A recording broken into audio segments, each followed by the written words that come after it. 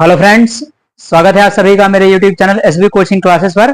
और जैसा कि मैंने आपको अपने पिछले वीडियो में विद्युत रसायन में हमारा अर्ध सेल क्या होता है यानी इलेक्ट्रोड है ना, इसके पहले की वीडियो में मैंने आपको इलेक्ट्रोड बता दिया था, टाइप ऑफ इलेक्ट्रोड यानी इलेक्ट्रोड के प्रकार, कितने कैटेगरी में डिवाइड था आपका इलेक्ट्रोड, उसके विषय में बता दिया था।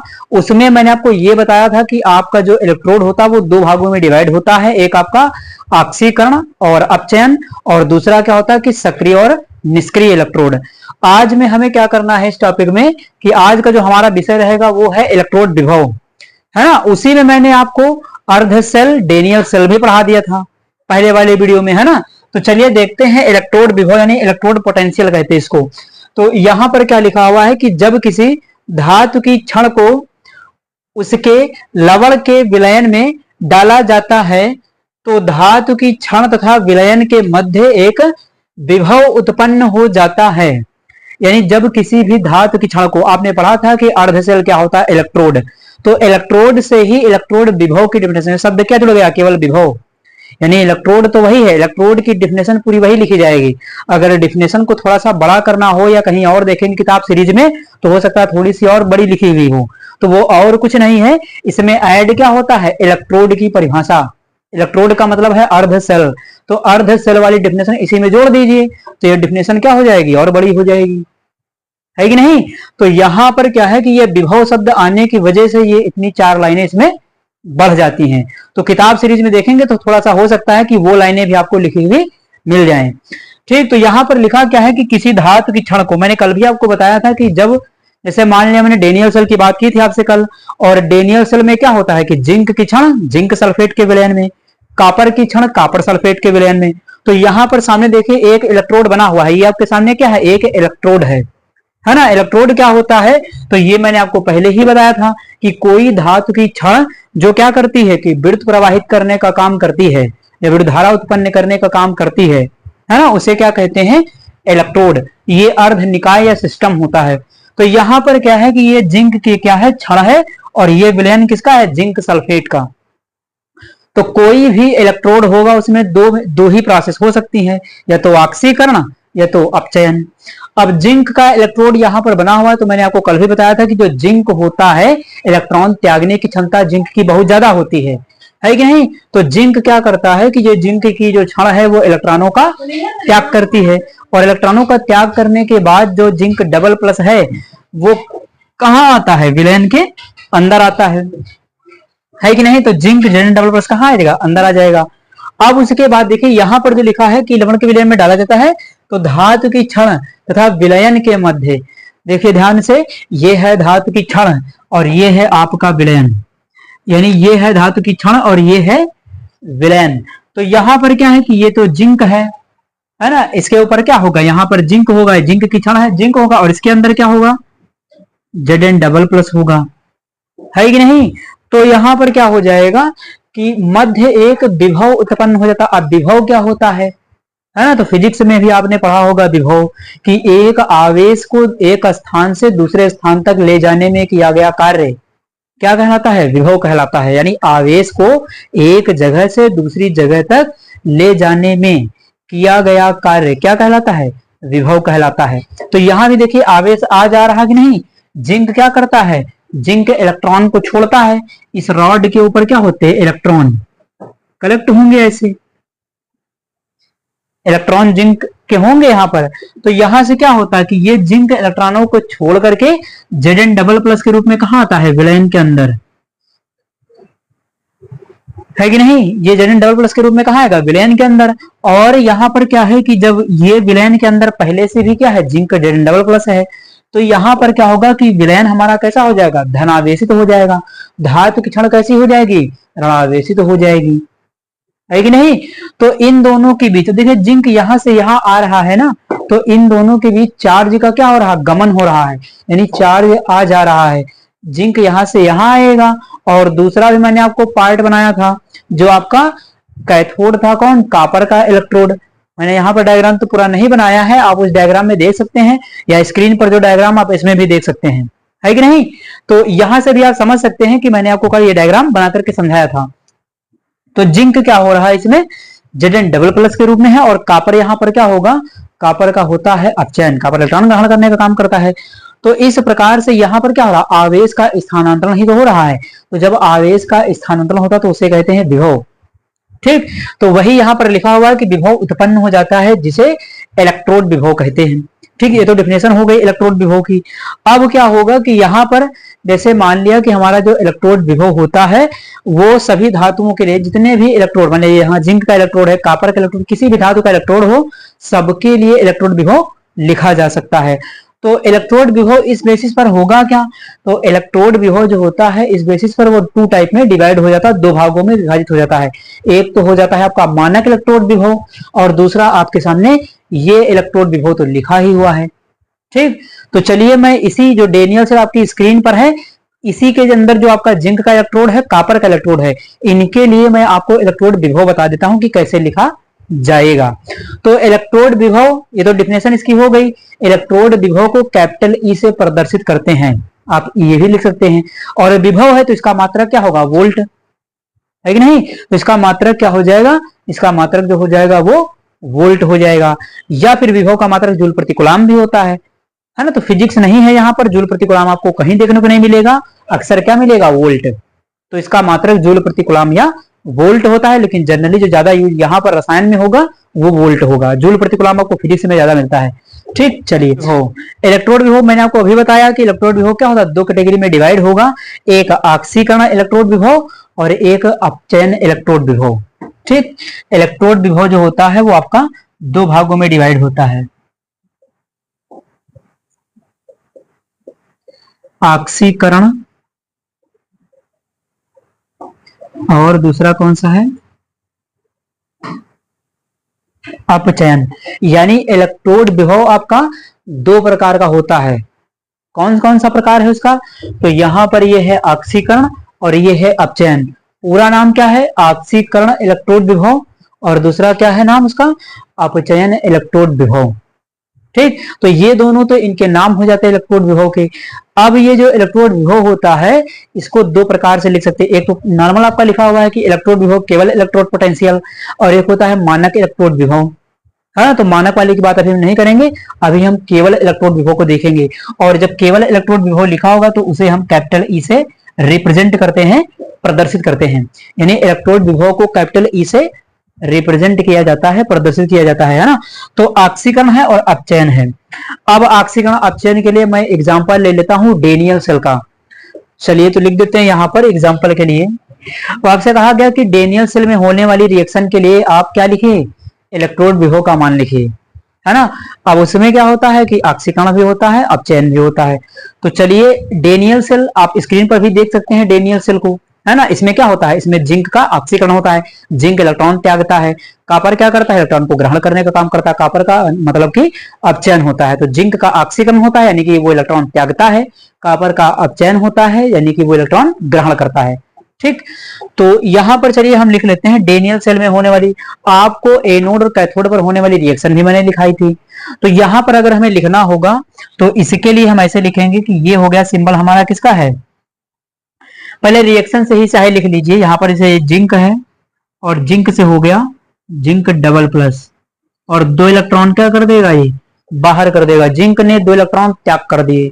ठीक, तो ये तो इसका ऑक्सीकरण हो गया। अब इसको क्या कहेंगे, इसको कहेंगे ऑक्सीकरण इलेक्ट्रोड विभव, है ना। इसको क्या कहेंगे, इसको कहेंगे ऑक्सीकरण इलेक्ट्रोड विभव। ठीक, अब इसके लिए यदि आपको लिखना होगा तब क्या बनेगा, जैसे ये लिख लिया कैपिटल ई, कैपिटल ई क्या है, तो कैपिटल ई है इलेक्ट्रोड विभव। ठीक, तो ऑक्सीकरण के लिए लिखना है तो हमें क्या करना होगा, इसके सफिक्स में लिखना होगा जिसका भी ऑक्सीकरण होगा। तो यहां मैंने लिख लिया जिंक। ठीक, ये धातु की छड़ बना दी, है ना। ये धातु की क्या है, छड़, मैंने कल भी आपको बताया था। अगर वीडियो को उसको नहीं देखा तो उसको जरूर देख लीजिएगा एक बार। तो ये जिंक की छड़ हो गई और ये क्या बना, जिंक डबल प्लस, यानी ये हो गया क्या, ऑक्सीकरण इलेक्ट्रोड विभव।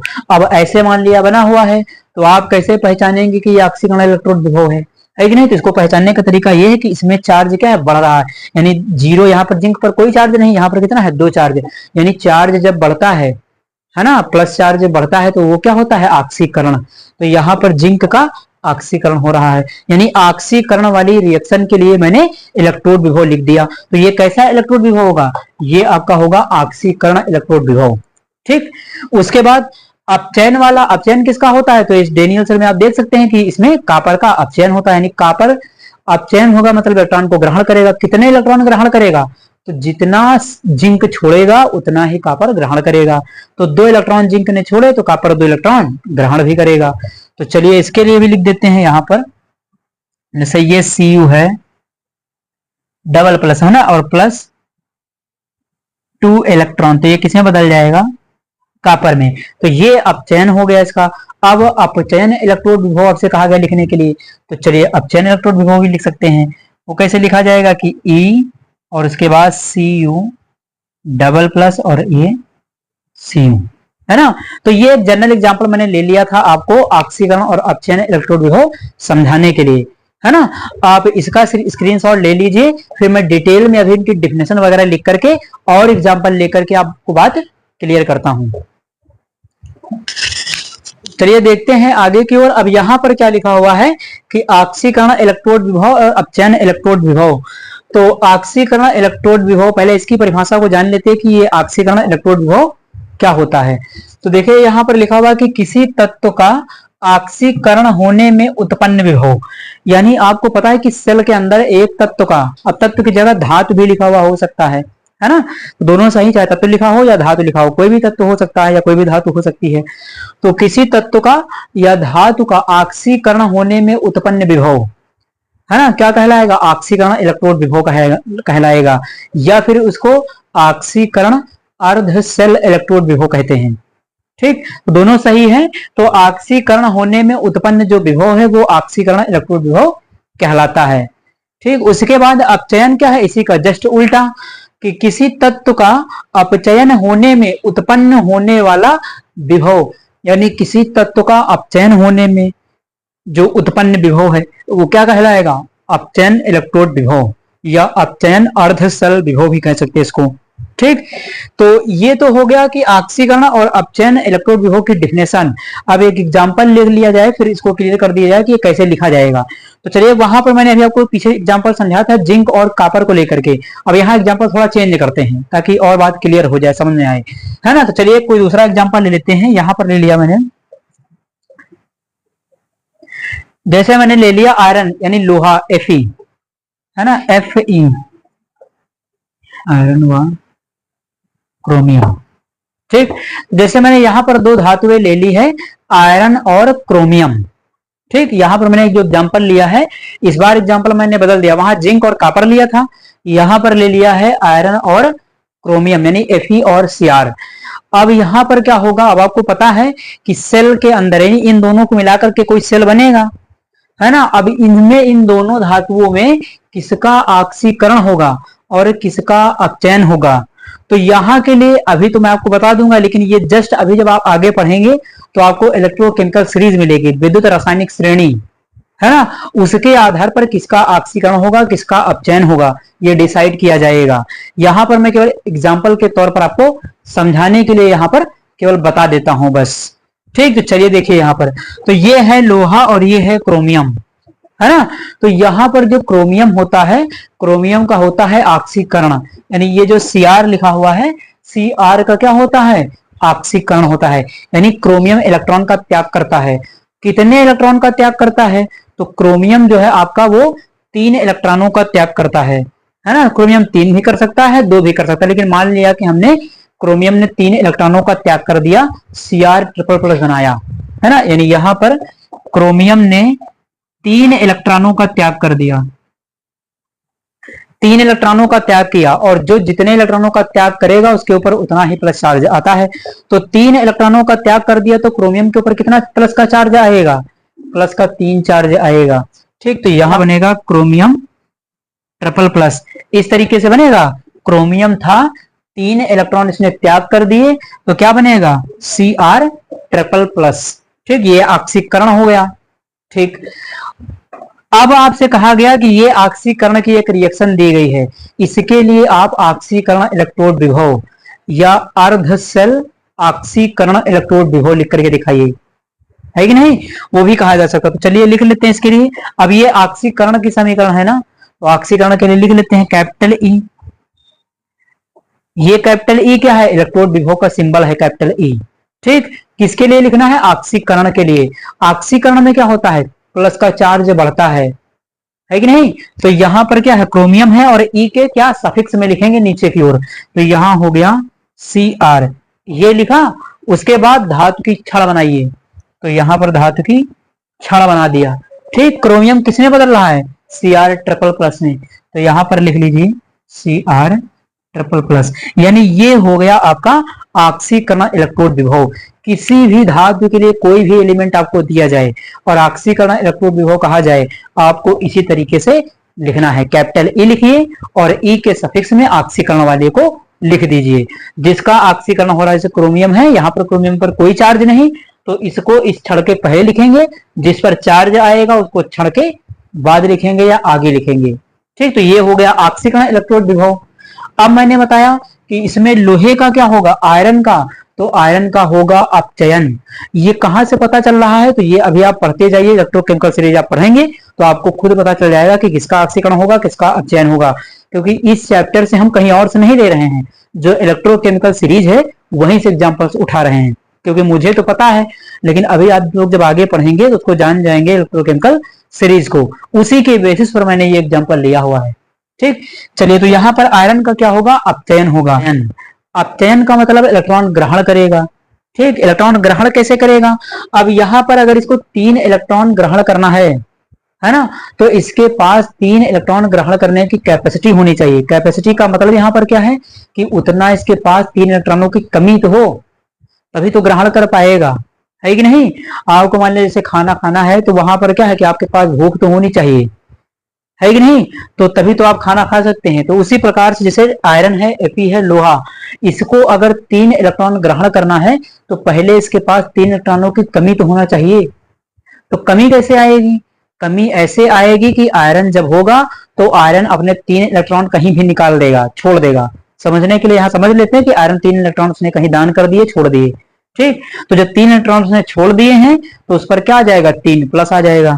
तो यहाँ जो आयरन है उसके ऊपर लगा हुआ है 3 प्लस। ये आयरन कहां से आया, इसने मान लिया कि कहीं भी अपने 3 इलेक्ट्रॉन छोड़ दिए होंगे। अभी केवल समझाने के पर्पज से मैं आपके सामने ये एग्जांपल लिख रहा हूं, अभी इसको मैंने किसी सवाल में कंबाइंड नहीं किया है। ठीक, तो यहां पर क्या कि Fe ट्रिपल प्लस है। अब क्या करेगा, इसे 3 इलेक्ट्रॉनों की आवश्यकता है, तो कॉपर वाले 3 इलेक्ट्रॉन क्या करेगा, ग्रहण कर लेगा, है ना। हालांकि जो आयरन है, लोहा, वो 2 इलेक्ट्रॉन, यहाँ चाहे तो 2 इलेक्ट्रॉन भी दिखा सकते, कोई दिक्कत नहीं, क्योंकि यहाँ किसी रिएक्शन की बात नहीं कर रहे हैं, है कि नहीं। तो हम चाहें कि, जैसे मैंने आपको बता दिया कि लोहा क्या करेगा, इलेक्ट्रॉन ग्रहण करेगा, तो 2 भी कर सकता है, 3 भी कर सकता है। तो एग्जाम्पल के लिए तो हम 2 भी लिख सकते हैं कोई, है ना। लेकिन मैंने आपको समझाने के लिए मान लीजिए इसने छोड़ा इलेक्ट्रॉन तो वो ग्रहण कर लिया, क्योंकि इस पर सवाल भी आएंगे ना। एक सवाल भी आपको मिलेगा जो क्रोमियम और आयरन से मिलकर के सेल बना हुआ, वह सॉल्व करना होता है, इसलिए मैंने ले लिया। अगर यहाँ 2 लिखना होता, क्योंकि ये तो एग्जाम्पल है, तो इसमें तो कुछ भी लिखा जा सकता है। जैसे Fe हो गया तो डबल प्लस और 2 इलेक्ट्रॉन ग्रहण करेगा, वो भी कर सकते हैं, या 3 का 3 दिखा दीजिए, वो भी सही कर सकते हैं। ठीक, तो ये क्या है कि Fe ट्रिपल प्लस 3 इलेक्ट्रॉन ग्रहण कर लिया तो बदल गया Fe में, आयरन में बदल गया। अब क्या होगा, ये पता चल गया आपको, ये अपचयन की समीकरण है। कैसे पता चला, ऐसे पता चला कि यहाँ पर चार्ज 3 है और यहाँ पर चार्ज कुछ नहीं है, 0, तो आवेश का घटना क्या होता है, 0। या दूसरा तरीका क्या है कि जब एरो के इस साइड में इलेक्ट्रॉन लिखे होंगे बाईं ओर, तो वो क्या है, अपचयन का केस है। और जब इलेक्ट्रॉन एरो के दाईं ओर लिखे होंगे, यानी सामने की ओर, है ना, इधर, तो उसे क्या कहेंगे, ऑक्सीकरण। तो एक भी जनरल तरीका है पहचानने का कि किसका ऑक्सीकरण है, किसका अपचयन है। ठीक, तो ये इसका अपचयन हो रहा था। अब आपसे कहा गया कि इस समीकरण के लिए इसमें जो आयरन है उसके लिए अपचयन इलेक्ट्रोड विभव का मान लिख करके दिखाइए। कैसे रिप्रेजेंट करेंगे, सिंबॉलिक फॉर्म में लिख करके बताइए। तो सिंबॉलिक फॉर्म में क्या करेंगे, कैपिटल E लिख लिया। ये क्या है, इलेक्ट्रोड विभव। कौन सा इलेक्ट्रोड विभव लिखना है, यहाँ अपचयन कहा गया तो अपचयन वाले के लिए, अपचयन किसका हो रहा, आयरन का, लोहे का। कितना हो रहा, देखिए Fe ट्रिपल प्लस, यानी आपको रखना क्षण से पहले किसको रखना है, जो हमारे बाएं साइड में होगा और जिस पर कोई चार्ज होगा, अपचयन के केस में, है ना। और इधर क्या होगा, इस पर तो चार्ज होगा नहीं, तो इसमें तो इधर वाला ही लिखा जाएगा। तो ये आयरन हो गया और यहाँ क्षण का सिंबल लगा दिया है, और इधर सामने क्या है, ये आयरन है। ठीक, तो ये एग्जांपल कर दिया। है ना। आप इसको कर सकते हैं, आप इसका स्क्रीनशॉट ले लीजिए, फिर मैं आपको यहीं पर दूसरा एग्जाम्पल बता देता हूं। तो सेकंड एग्जांपल हम लेते हैं, मान लिया दो धातुएं मैंने ले लिया, कोई विद्युत रासायनिक श्रेणी से ही लेते हैं, कैडमियम और सिल्वर ले लिया, मान लिया सीडी और एजी, सीडी व एजी, सीडी व एजी ले लिया। अब इसके लिए मैं आपको ऑक्सीकरण और अपचयन इलेक्ट्रोड विभव का मान लिखना बताता हूं कि कैसे लिखा जाएगा, है ना। धीरे धीरे सारी बातें कर लेंगे, समीकरण वगैरह, सेल बनाना सब कुछ कर लेंगे, है ना। बस धीरे धीरे समझते जाइए कि कैसे होगा। तो यहां पर कैडमियम और सिल्वर ले लिया मैंने। अब मुझे तो पता है कि यहां पर कैडमियम का ऑक्सीकरण होगा और सिल्वर का क्या होगा, अपचयन होगा। अब ये तो बात मुझे पता है क्योंकि मुझे इलेक्ट्रोकेमिकल सीरीज पता है, ठीक। तो यहां पर कैडमियम का क्या होगा, कैडमियम का होगा ऑक्सीकरण, और ऑक्सीकरण का मतलब इलेक्ट्रॉन का निकलना। इलेक्ट्रॉन कितने निकालेगा, तो कैडमियम 2 इलेक्ट्रॉन निकालता है, ठीक। चलिए तो यहां पर लिख लेते हैं कैडमियम के लिए, कैडमियम क्या करेगा, कैडमियम 2 इलेक्ट्रॉनों को त्याग करता है, निकालता है, ठीक। उसके बाद यहां पर क्या बन जाएगा, सीडी से सीडी डबल प्लस, जो जितने इलेक्ट्रॉन निकालेगा उसके ऊपर उतना ही प्लस चार्ज लगता है। तो सीडी से बन गया C double plus plus 2 electron हो गया। दूसरा है देखिए सिल्वर, तो ये तो ऑक्सीकरण का केस हो गया, यानी ये क्या है, ऑक्सीकरण विभव है, ठीक। और यहां पर क्या होगा, अब देखिए एक छोटी सी बात मैं और आपको बता देता हूं इस एग्जांपल में। यहीं पर क्या, जब आपको सवाल मिलते हैं तो यही समीकरण लिख करके उसके सामने उसके विभव का मान भी लिखा हुआ मिलता है आपको, यानी यहीं पर क्या होता है, रिप्रेजेंट किया जाता है, मान भी उसका लिखा हुआ मिलता है, आगे बता दूंगा अभी, ठीक। तो ये हो गया हमारा क्या है, ऑक्सीकरण समीकरण किसकी है, ऑक्सीकरण की है, यानी ये कहां होगा, ए नोड पर होगा कैडमियम, है ना। अगर ये भी पूछा जाए कि ये कहां पर होगा, तो ए नोड पर होगा। क्या हो रहा है इसका, तो सामने देख रहे हैं इलेक्ट्रॉन त्याग रहा है, ऑक्सीकरण हो रहा है, चार्ज बढ़ रहा है तो ऑक्सीकरण हो रहा है। दोनों तरीके से पहचान सकते, चाहे इलेक्ट्रॉन निकाल रहा हो या चार्ज बढ़ रहा हो प्लस का, ठीक। चलिए तो ये हो गया। अब इसके लिए समीकरण लिख लेते हैं, जैसे कैपिटल ई लिखा इलेक्ट्रोड विभव, है ना। कौन है, तो कैडमियम है, तो सीडी लिख लिया, बीच में क्षण का सिंबल लगाया, एक सीधी लाइन खींच दिया, इसको कहते हैं क्षण, ठीक। किस में बदल रहा है कैडमियम, कैडमियम डबल प्लस में बदल रहा है, तो ये लिख दिया, ये लिख दिया कैडमियम के लिए ऑक्सीकरण इलेक्ट्रोड विभव, इस प्रकार से कैडमियम के लिए लिखा जाएगा। अपचयन देखते हैं किसका हो रहा, तो अपचयन हो रहा है सिल्वर का। अब ये सिल्वर क्या करेगा, तो ये 2 इलेक्ट्रॉन त्याग करेगा, तो वो 2 इलेक्ट्रॉन ग्रहण करेगा। या यहाँ कोई अभी सेल तो बनाया नहीं गया है, अलग अलग है ना, तो हम तो कुछ भी लिख सकते हैं, सिल्वर 1 इलेक्ट्रॉन ग्रहण कर ले, 2 इलेक्ट्रॉन ग्रहण कर ले, हम अलग अलग भी कर सकते हैं, क्योंकि यहाँ अभी भी किसी कंबाइंड रिएक्शन की बात नहीं कर रहे हैं, किसी सेल अभिक्रिया की बात नहीं कर रहे हैं, केवल जस्ट एग्जाम्पल समझने के लिए ले रहे हैं, ठीक। तो चलिए सिल्वर को ले लेते हैं, एजी को। अब सिल्वर है, फिर वही बात आ गई कि अगर एजी को इलेक्ट्रॉन ग्रहण करना है तो एजी के पास इलेक्ट्रॉनों की कमी तो होनी चाहिए, ग्रहण करने की कैपेसिटी तो होनी चाहिए, और ग्रहण करने की कैपेसिटी कहां से आएगी, जब उसके ऊपर प्लस चार्ज होगा। प्लस चार्ज का मतलब क्या होगा कि इलेक्ट्रॉनों की उसके पास कमी है, ठीक। तो मान लीजिए सिल्वर है, सिल्वर को 1 इलेक्ट्रॉन ग्रहण करना है ना। अगर 1 इलेक्ट्रॉन इसको ग्रहण करना तो इसके ऊपर क्या होना चाहिए, 1 प्लस होना चाहिए, 1 इलेक्ट्रॉन की कमी तो हो तभी तो ग्रहण करेगा, ठीक। तो इसके ऊपर प्लस लग गया, अब इसके पास 1 इलेक्ट्रॉन की कमी है, ये आसानी से 1 इलेक्ट्रॉन ग्रहण कर सकता है, तो इसने 1 इलेक्ट्रॉन ग्रहण किया, बदल गया सिल्वर में एजी में, ये, ठीक। तो इसका क्या हो गया, अपचयन हो गया। अब यहां पर आपसे कहा गया कि अपचयन इलेक्ट्रोड विभव का मान लिख करके बताइए, तो यहां पर लिख देंगे कैपिटल ई, कौन है, सिल्वर है एजी प्लस, तो यहां पर लिख दीजिए एजी प्लस, और बीच में ऐसे क्षण खींच दीजिए डंडा, है ना। ये क्या है, इलेक्ट्रोड, ये जो क्षण है वो क्या है, धातु की क्षण है, रिप्रेजेंट कर रही डंडा, और ये क्या है, एजी। तो ये लिख लो, देखिए प्लस से चार्ज कितना हो रहा है, 0। तो ये हो गया अपचयन इलेक्ट्रोड विभव। ध्यान ये रखिएगा, कंफ्यूजन में नहीं आइएगा कि ये कोई सेल नहीं है, ये मैंने केवल एक जनरल एग्जांपल लिया आपको समझाने के लिए, ठीक। हाँ, वरना ये ना कह देना कि यहाँ पर तो 2 इलेक्ट्रॉन त्याग किया तो वो 2 ही ग्रहण करेगा, यहाँ किसी सेल की बात नहीं कर रहे हैं, जनरलाइज एग्जांपल समझाने का प्रयास कर रहे हैं, क्योंकि जब सवाल लेंगे तो सवाल में तो पता है हमें कि बैलेंस करना है, इलेक्ट्रॉन सब कुछ बराबर होना चाहिए, ठीक। तो आप इसका स्क्रीनशॉट ले लीजिए, फिर मैं आपसे आगे की ओर बात करता हूं। तो चलिए देख लेते हैं आगे हमारा। अब इलेक्ट्रोड विभव मैंने पढ़ लिया, इलेक्ट्रोड विभव का ही एक भाई है मानक इलेक्ट्रोड विभव, यानी स्टैंडर्ड इलेक्ट्रोड पोटेंशियल, है ना। वो क्या था, वो केवल इलेक्ट्रोड, तो यहाँ पर थोड़ा सा नाम बदल गया मानक, तो अब ये मानक मानक हो गया।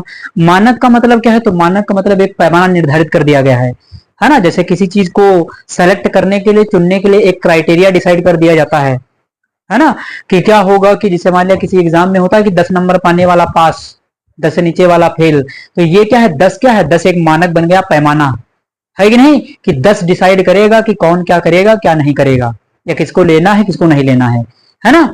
तो इसी तरीके से मानक इलेक्ट्रोड विभव परिभाषा ध्यान से सुनिएगा, थोड़ा सा केवल अंतर होता है कि जब किसी धातु की छड़ को, है ना, उसमें क्या था, उसमें कोई शर्त नहीं थी इलेक्ट्रोड विभव में, लेकिन इसमें एक छोटी सी शर्त हो जाती है, आपके सामने लिखी है कि दाब कितना है, 1 एटीएम यानी 1 वायुमंडल, सांद्रता कितनी है, तो सांद्रता है 1 मोलर, है ना। सांद्रता कितनी होगी, सांद्रता होगी 1 मोलर, और ताप कितना है 25 डिग्री सेंटीग्रेड या 298 केल्विन, क्योंकि इसमें जोड़ देंगे 273 में, तो ये कितना हो जाएगा, 298 केल्विन बन जाएगा।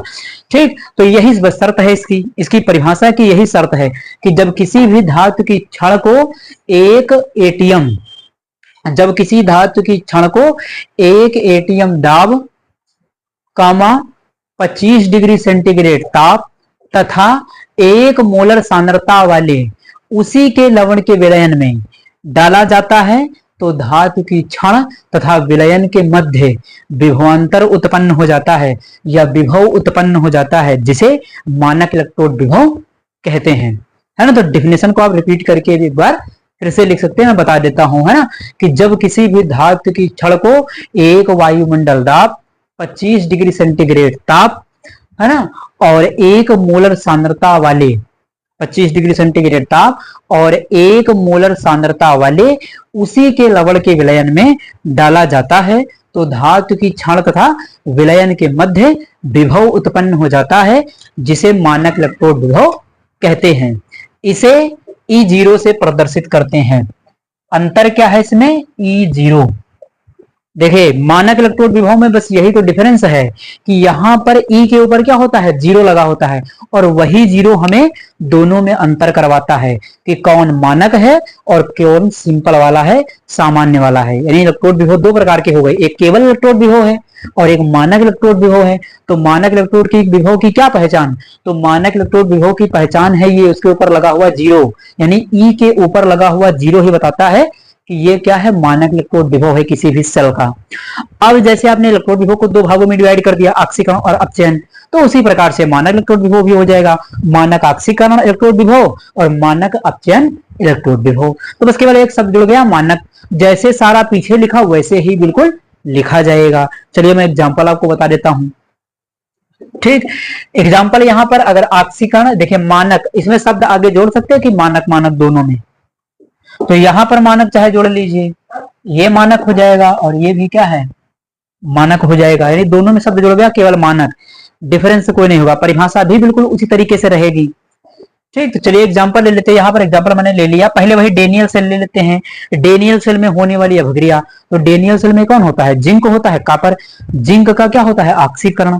चलिए, तो जिंक का क्या होता है, ऑक्सीकरण, तो जिंक का दिखा दिया ऑक्सीकरण, यानी 2 इलेक्ट्रॉन, जिंक ने 2 इलेक्ट्रॉन त्याग कर दिए, जिंक का हो गया ऑक्सीकरण। अब आपसे कहा गया कि ये डेनियल सेल में जिंक का जो ऑक्सीकरण हो रहा है, इसके लिए आप मानक इलेक्ट्रोड, मानक ऑक्सीकरण इलेक्ट्रोड विभव का मान लिखिए या उसको रिप्रेजेंट करिए, प्रदर्शित करिए।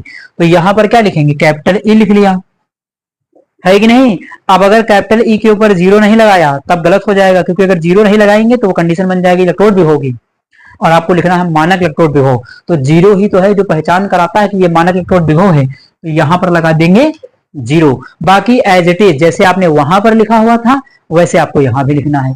तो इसमें क्या कर देना है, ये जिंक है और ये लाइन खींच दिया, ये लाइन तो समझ रहे होंगे, ये वही क्षण की लाइन है, धातु की क्षण है, यहाँ जिंक की क्षण है। ठीक, तो उसके बाद लिख दिया ये Zn डबल प्लस, और ये हो गया आपका मानक इलेक्ट्रोड विभव। रिप्रेजेंट करने का तरीका है ये, E0 Zn डबल प्लस दिखा दिया। और कभी इनका मान दिया जाता है सवालों में, तो आपके सामने, इसी के सामने जो है यहाँ पर मान लिखा होता है, मान लिया कुछ भी मान हो, XYZ कुछ भी हो सकता है ना, मान आपको याद करने की जरूरत भी नहीं है। तो यहाँ पर बराबर में क्या हो जाएगा, XYZ कुछ भी मान लिया, है ना, कोई भी वैल्यू लिख सकते हैं, वैल्यू भी लिख सकते हैं कोई भी, जैसे मान लिया 0.24 वोल्ट है, इस तरीके से कोई वैल्यू लिखी हुई मिल जाती है। तो सवालों में आपको ऐसे रिप्रेजेंट करके वहां पर दिया जाता है, ऐसे उसमें भी लिखा जाएगा, है ना, जो आपका सिंपल वाला इलेक्ट्रोड विभव था वहां भी ऐसे लिखा जाएगा। अंतर दोनों में क्या होता है कि यहाँ पर मानक इलेक्ट्रोड में आपका 0 लगा हुआ होता है। ठीक, तो ये तो एक समझाने के लिए कोई डाटा लिख दिया है, वैसे इसकी वैल्यू इतनी होती नहीं, वो कुछ और वैल्यू है। ठीक, चलिए, तो उसके बाद तो ये हो गया जिंक। उसके बाद उसमें क्या होगा, डेनियल सेल में कापर होता है। तो कापर का क्या होगा, कापर का होता है अपचयन। कापर का अपचयन का मतलब इलेक्ट्रॉन ग्रहण करेगा। कितने इलेक्ट्रॉन ग्रहण करेगा, तो जितने जिंक त्याग करेगा, है कि नहीं, क्योंकि हम सेल की बात यहां पर कर लिए हैं। तो चलिए, कापर क्या करेगा, 2 इलेक्ट्रॉनों को ग्रहण करेगा। लेकिन कापर 2 इलेक्ट्रॉनों को ग्रहण तो करेगा, पहले उसके पास 2 इलेक्ट्रॉनों को ग्रहण करने की कैपेसिटी तो होनी चाहिए, क्षमता, है ना। इसका मतलब क्या है, इसका मतलब यह है कि पहले कापर पर 2 प्लस चार्ज तो होना चाहिए। 2 इलेक्ट्रॉनों की कमी होगी तभी तो 2 इलेक्ट्रॉन ग्रहण कर पाएगा।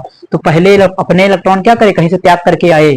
तो यहां पर जब त्याग करके आएगा तो ये आएगा Cu डबल प्लस के रूप में, है ना। कापर कहीं 2 इलेक्ट्रॉन त्याग करके आएगा तभी तो ग्रहण करेगा, तो इसने कहीं इलेक्ट्रॉन त्याग कर दिए और आ गया Cu डबल प्लस के रूप में। ठीक, चलिए, तो यहां पर क्या होगा, फिर ये 2 इलेक्ट्रॉन ग्रहण करेगा और बदल जाएगा कापर में।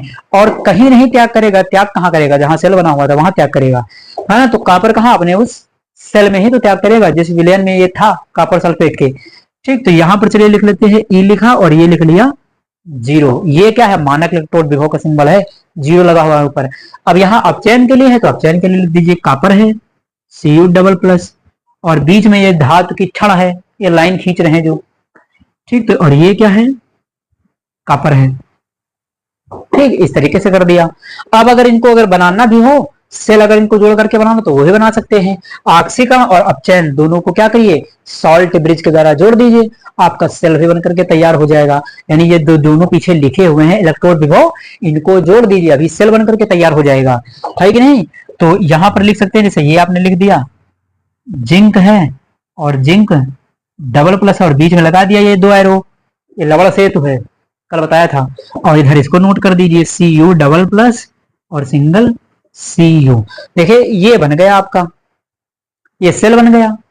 रिएक्शन तो आपके सामने ही लिखी हुई है, तो रिएक्शन लिख लिया और इससे सेल भी बना सकते हैं। तो इसी प्रकार से सेम टू सेम जो मैंने और एग्जांपल बताया था, आप उनको लेकर भी कर सकते हैं, या कोई भी एग्जांपल लेकर के आप ऑक्सीकरण और अपचयन इलेक्ट्रोड विभव लिख सकते हैं। इलेक्ट्रोड विभव मानक के कंडीशन में भी लिख सकते हैं, और जो बिना मानक वाला था उसके लिए भी सेम ऐसे ही लिखा जाता है। अंतर दोनों में ध्यान रखिएगा कि इस 0 का अंतर दोनों में है। मानक वाले में ये 0 लगा होता है, और सिंपल वाला जो इलेक्ट्रोड विभव था सामान्य वाला, उसमें किसी प्रकार का कोई 0 नहीं था। है, मैं आपको यहाँ पर क्या एक एग्जांपल लेकर के ये बता देता हूँ कि जैसे मान लिया कोई वैल्यू दी जाए, क्योंकि इलेक्ट्रोड विभव जो आपका होता है ऑक्सीकरण और अपचयन, ये दोनों इलेक्ट्रोड विभव का मान समान होता है, लेकिन अंतर क्या होता है कि दोनों के अंतर ये होता है कि उसमें चिन्ह का अंतर हो जाता है, एक प्लस में तो दूसरा माइनस में। जैसे यहाँ पर एक एग्जांपल लिख देते हैं कि कापर के ऑक्सीकरण, कापर के ऑक्सीकरण इलेक्ट्रोड विभव का मान 0.34 वोल्ट है ना। कि सवाल में आपको दे दिया गया कि किसी तत्व के, मैंने कापर ले लिया, यहाँ पर कोई भी धातु हो सकती है ना। तो यहाँ पर आपको दिया गया कि कापर के ऑक्सीकरण इलेक्ट्रोड विभव का मान 0.34 वोल्ट है ना, 0.34 वोल्ट है। तो इसके अपचयन इलेक्ट्रोड विभव का मान बताइए कितना होगा, है कि नहीं। अब यहां पर दे दिया कि कापर के ऑक्सीकरण इलेक्ट्रोड विभव का मान, तो कापर के ऑक्सीकरण इलेक्ट्रोड विभव का मान कितना दे दिया है, 0.3 वोल्ट दे दिया है। अगर अपचयन लिखना है तो इसी की वैल्यू जस्ट क्या कर दीजिए, माइनस में कर दीजिए, सिंबल बदल दीजिए बस। यानी इसने आपको दिया है, सोल्यूशन में हम लिख देंगे कि दिया है इसने आपको, इसने ये दिया है कि ये ई बराबर दिया है, इसने कापर के लिए दिया है, और कापर का कौन सा दिया है, ऑक्सीकरण, यानी इसने दिया है कापर से हो रहा है Cu डबल प्लस। ठीक, ये इसने दिया है, कितना दिया है इसने, 0.34, और ये किसके लिए है, ऑक्सीकरण के लिए। तो किसी भी एलिमेंट का ऑक्सीकरण के लिए दिया जाए, जब अपचयन में बदलना हो तो उसी का माइनस पार्ट लिख दीजिए, बस हो जाएगा। यानी इस प्रकार से ये ई हो जाएगा, और यहाँ क्या हो जाएगा, ये हो जाएगा। आप इसको चेंज करके लिख दीजिए Cu डबल प्लस और ये Cu, और सिंबल लगा दीजिए माइनस का। ये हो गया, इसके लिए लिख दिया ऐसे। तो मेरा कहने का मतलब ये है कि जो इलेक्ट्रोड विभव होता है, अगर किसी का इलेक्ट्रोड विभव प्लस में दिया गया है, आपको उसका अपचयन विभव लिखना है तो वही वैल्यू माइनस में हो जाएगी। अगर वैल्यू आपको माइनस में दी गई है और अपोजिट पूछा है तो वही वैल्यू प्लस में हो जाएगी, है कि नहीं। जैसे यहाँ पर 0.34 इसका प्लस में वैल्यू दिया गया था, आपसीकरण विभव अपचयन में लिखना था तो माइनस 0.34 हो जाएगा। अभी आपको क्या करता कि यहाँ पर लिख देता कि इसके अपचयन विभव का मान 0.34 वोल्ट, तो आपसीकरण में प्लस हो जाता। तो जो भी आपको दिया जाए उसका जस्ट अपोजिट चिन्ह बदल करके लिख देना है, ठीक। तो आप इसका स्क्रीनशॉट ले लीजिए, फिर मैं डिस्कशन करता हूं इलेक्ट्रोड विभव को प्रभावित करने वाले कारक। देख लेते हैं कि इलेक्ट्रोड विभव को प्रभावित करने वाले कारक कौन कौन से होते हैं। तो यहां पर देखिएगा कि इलेक्ट्रोड विभव को प्रभावित करने वाले कारक, तो इसमें जो होते हैं वो 3 से 4 फैक्टर आपके मेन होते हैं जो क्या करते हैं कि इलेक्ट्रोड विभव को प्रभावित करने का कार्य करते हैं। नंबर फर्स्ट देखिएगा क्या लिखा कि धातु की प्रकृति। धातु की प्रकृति का मतलब है धातु, भाई धातु इसमें कहां होगी, इलेक्ट्रोड। तो कहीं कहीं पर देखेंगे तो इलेक्ट्रोड की प्रकृति भी लिखा हुआ हो सकता है, मिल जाए। तो धातु की प्रकृति कहिए या इलेक्ट्रोड की प्रकृति कहिए, क्योंकि यहाँ पर क्या होगा, धातु कहाँ मिलेगी, धातु मिलेगी इलेक्ट्रोड के रूप में। इलेक्ट्रोड जो लगा होता है वही तो किसी धातु का होगा। तो हो सकता है कि यहाँ पर इलेक्ट्रोड की प्रकृति भी आपको लिखा हुआ मिल सकता है। तो चाहे धातु की प्रकृति लिखिए या इलेक्ट्रोड की प्रकृति लिखिए, दोनों बातें सेम है, ठीक। तो कहता क्या है कि धातु की प्रकृति यानी धातु की विद्युत ऋणात्मकता व विद्युत धनात्मकता पर निर्भर करता है। यानी जो इलेक्ट्रोड विभव होता है वो धातु की विद्युत ऋणात्मकता या विद्युत ऋणात्मकता पर निर्भर करता है, धनात्मकता या ऋणात्मकता पर निर्भर करता है। अब ये विद्युत ऋणात्मकता क्या होती है, तो इलेक्ट्रॉन को अपनी ओर खींचने की शक्ति विद्युत ऋणात्मकता होती है, और इलेक्ट्रॉन को अपनी ओर न खींच पाने की शक्ति विद्युत धनात्मकता होती है। अगर मान लिया यहाँ पर गलती से इलेक्ट्रोड लिखा हुआ कि इलेक्ट्रोड की प्रकृति है ना, तो इलेक्ट्रोड भी सुन लीजिए कैसे होगा। अगर मान लिया इलेक्ट्रोड लिखा हुआ है तो इलेक्ट्रोड में ये हो जाएगा कि इलेक्ट्रोड आपका सक्रिय है कि इलेक्ट्रोड आपका निष्क्रिय है। 2 प्रकार के इलेक्ट्रोड ये भी तो होते हैं, मैंने आपको बताया था। अगर वीडियो नहीं देखा तो उसको जरूर देख लीजिएगा। इलेक्ट्रोड का मैंने 2 भागों में क्लासिफिकेशन किया था, वर्गीकरण, है ना। उसमें मैंने आपको बताया था कुछ इलेक्ट्रोड क्या होते हैं, सक्रिय होते हैं, यानी वो रासायनिक अभिक्रिया में भाग लेते हैं, सेल रिएक्शन में, सेल अभिक्रिया में वो भाग लेते हैं। और एक होता है निष्क्रिय इलेक्ट्रोड, है ना। निष्क्रिय इलेक्ट्रोड सेल अभिक्रिया में भाग नहीं लेता, उसका कोई कार्य नहीं होता है कि नहीं। तो यहाँ पर धातु की प्रकृति यही हो जाएगी। बाकी जब हम और बातें इसके विषय में तो विद्युत रासायनिक श्रेणी जब पढ़ेंगे तो पूरी बात हमें वहां पर क्लियर हो जाएगी, ठीक। कि कौन सी धातु जल्दी से इलेक्ट्रॉन का त्याग करेगी, कौन सी धातु बाद में इलेक्ट्रॉन का त्याग करेगी, ठीक। चलिए सेकंड नंबर देखते हैं कि विलयन की सांद्रता।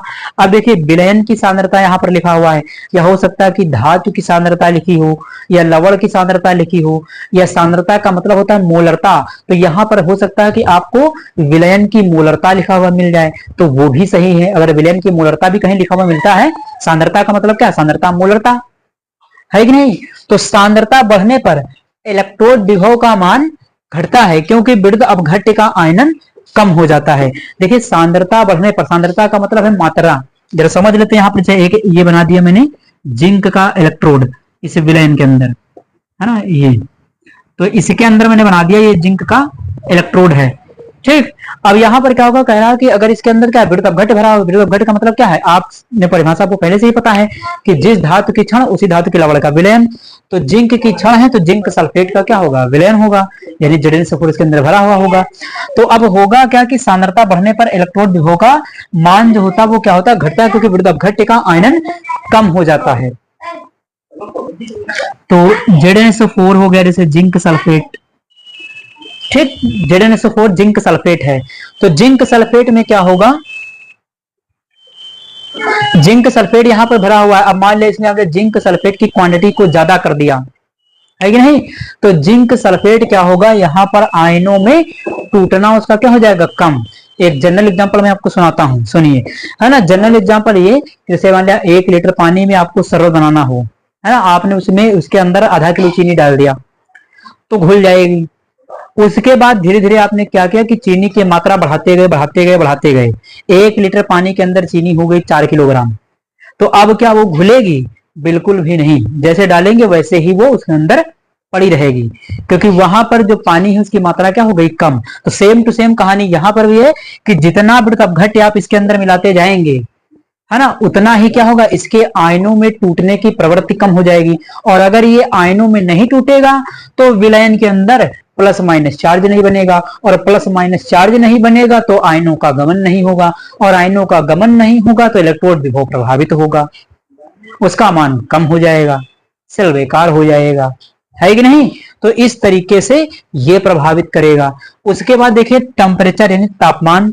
तो तापमान कैसे प्रभावित करेगा, तापमान इस प्रकार से प्रभावित करेगा, आपको पता है कि तापमान को बढ़ाएंगे तो क्या होगा, तापमान को बढ़ाने से, जनरल भी आप जानते हैं कि तापमान को बढ़ाने से क्या होता है, अणुओं की गतिज ऊर्जा बढ़ जाती है कि नहीं। टेम्परेचर बढ़ाने से क्या होता है, अणुओं की गतिज ऊर्जा बढ़ जाती है। जैसे बर्फ क्या है, बर्फ का एग्जाम्पल ले लीजिए कि बर्फ को थोड़ा सा क्या हो जाए, हीट मिल जाए उसमें तो बहुत तेजी के साथ पिघलती है, तो वहां पर क्या होता है, अणुओं की गतिज ऊर्जा बढ़ जाती है। तो यहाँ पर भी क्या होगा, इस विलयन के अंदर जब आप टेम्परेचर बढ़ाएंगे तापमान, तो यहाँ पर जो आयन है उनकी ऊर्जा बढ़ जाएगी और वो तेजी के साथ क्या करेंगे, गति करने लगेंगे। तो ताप बढ़ाने पर आयनों की गतिज ऊर्जा बढ़ जाएगी और आयनों की गतिज ऊर्जा बढ़ने के कारण इलेक्ट्रोड विभव का मान भी क्या हो जाएगा, बढ़ जाएगा।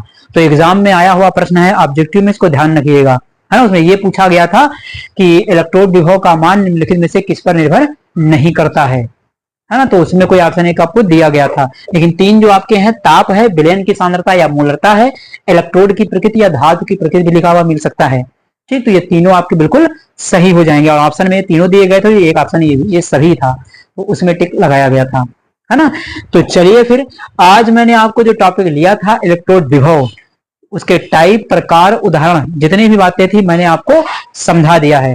तो उम्मीद करता हूं कि आप सभी को ये समझ में आया हुआ होगा, और ज्यादा से ज्यादा चैनल को शेयर करते रहिए, बच्चों तक पहुंचाते रहिए, है ना, क्योंकि शेयर करते रहेंगे तो हम आपको अच्छे से अच्छा कंटेंट प्रोवाइड करते रहेंगे। चलिए फिर मिलते हैं अपने नेक्स्ट वीडियो में। Thanks for watching this video.